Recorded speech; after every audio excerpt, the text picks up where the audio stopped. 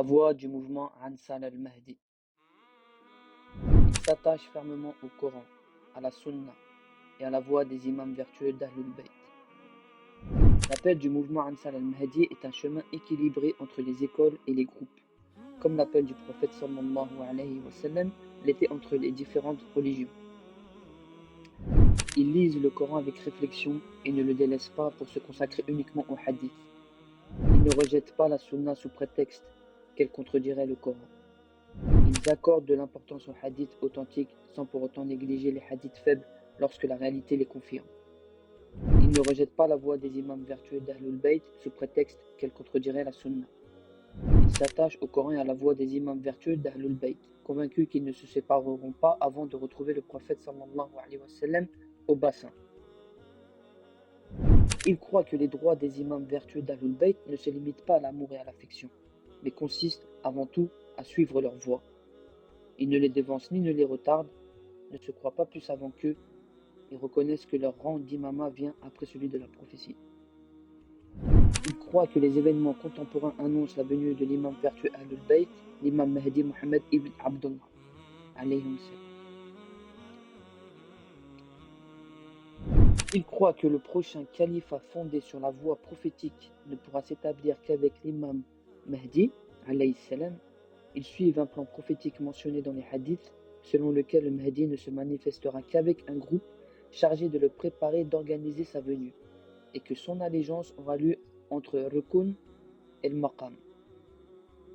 Ce groupe ne pourra se former qu'avec l'allégeance des savants.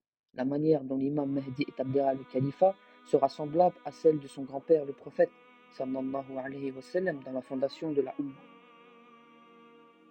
Ils invoquent la satisfaction divine pour les compagnons du prophète sallallahu alayhi wa sallam sans leur attribuer l'infaillibilité. Ils reconnaissent que certains ont commis des erreurs, sans pour autant adopter ces erreurs comme voie à suivre. Et il appartient également à ceux qui sont venus après eux en disant « Seigneur, pardonne-nous ainsi qu'à nos frères qui nous ont précédés dans la foi, et ne mets dans nos cœurs aucune rancœur pour ceux qui ont cru. Seigneur, tu es compatissant et très miséricordieux. » Ils considèrent que les piliers de la religion sont au nombre de 4, al-Islam, al-Iman, la foi, la perfection spirituelle, al-Ihsan, et l'heure avec ses signes comme cela a été rapporté dans le hadith de Jibril, alayhi salam. C'était Jibril venu vous enseigner votre religion.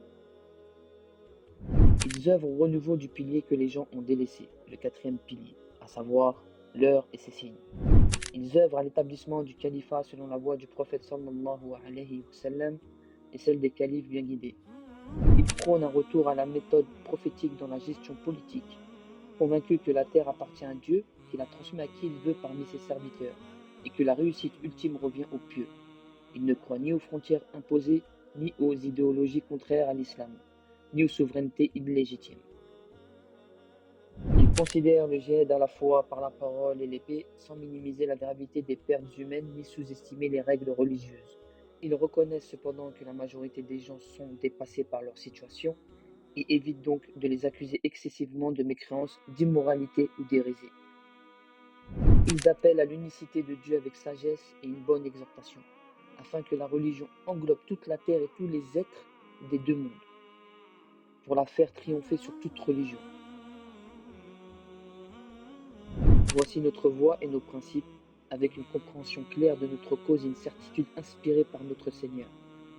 Dieu domine ses serviteurs, il mène sa lumière à son accomplissement, il triomphe toujours de sa volonté, mais la plupart des gens ne le savent pas.